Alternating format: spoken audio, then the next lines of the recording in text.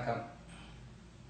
அக்குபஞ்சர்ங்கிறது நாம் இதுவரைக்கும் கேள்விப்பட்ட உலக மருத்துவத்திலிருந்து முற்றிலும் வேறுபட்ட ஒரு மருத்துவம் அப்படிங்கிறத நாம் உணர போகிறோம். அக்குபஞ்சர்னா ஏதோ ஊசி வச்சு குத்துற மருத்துவம் அப்படின்னு ஒரு கற்பனை இருக்கலாம் நமக்குள்ள. ஆனால் உண்மையிலேயே அக்குபஞ்சர்னா என்னன்னா, நம்ம நாடி பரிசோதனையை சரியான முறையில் பார்த்து நம் உடம்பில் இருக்கக்கூடிய சரியான அக்குபஞ்சர் புள்ளியை தேர்வு செய்து மிக நுணுக்கமாக, மென்மையாக, மானுஷிகமாக தொட்டு சுகமாக்கும் ஒரு அற்புதமான கலை தான் அக்குபஞ்சர் மருத்துவம். இதில் என்னென்ன நோய் குணமாகும் அப்படின்னு பார்த்தீங்கன்னா,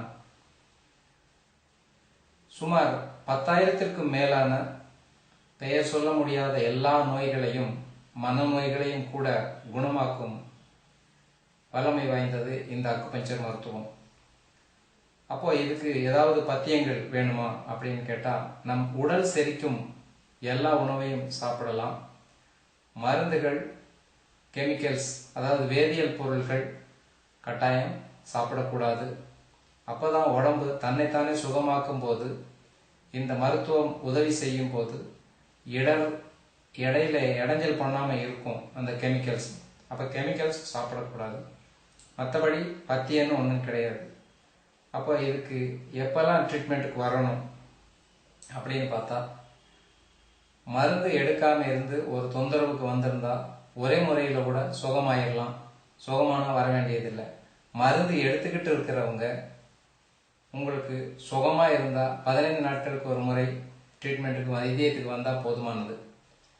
மருந்து எடுக்காமல் இருந்து சுகமான வர வேண்டிய அவசியம் இல்லை. மருந்து எடுத்திருந்தா கண்டினியூ பண்ணுறது நல்லது ட்ரீட்மெண்ட்டை.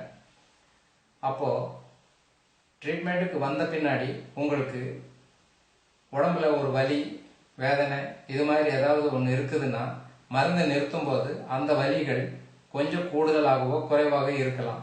அப்போ வலி அப்படிங்கிற ஒரு விஷயமோ அல்லது காய்ச்சல், பேதி, வாந்தி இந்த மாதிரி ஒரு விஷயமோ உங்களுக்கு யாருக்காவது ஒருத்தர் உணர பெற்றால், அந்த சமயத்தில் முழுக்க முழுக்க எந்த வேலையும் செய்யாம ரொம்ப முக்கியமான விஷயம், உணவு எதுவும் எடுக்காம நல்ல ஓய்வில், அதுவும் இருட்டு அறையில், அதாவது வெளிச்சம் கூட இல்லாத அந்த ரூம்ல நல்லா படுத்து ஓய்வெடுத்தா உங்க நோய் மிக வேகமா குணமாகும். எல்லாருக்குமே வேகமா சுகமாகணுங்கிறது தான் அக்கறை.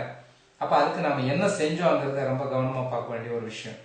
அப்போ மிக வேகமா சரியாகணும்னா நல்லா நாம செய்ய வேண்டிய அந்த ஓய்வை சரியான முறையில செஞ்சா அந்த நோய் நம்மளை விட்டு மிக விரைவில் சுகமாயிடும்.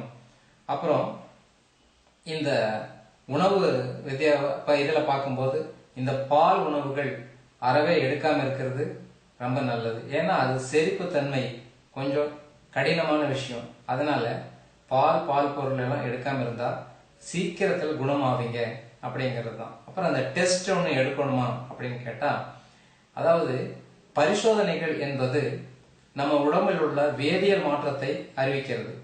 அப்ப நம்ம உடம்புல சக்தி மாற்றம் நடந்து அடுத்து வேதியியல் மாற்றம், அடுத்துதான் உருமாற்றம் நடக்குது.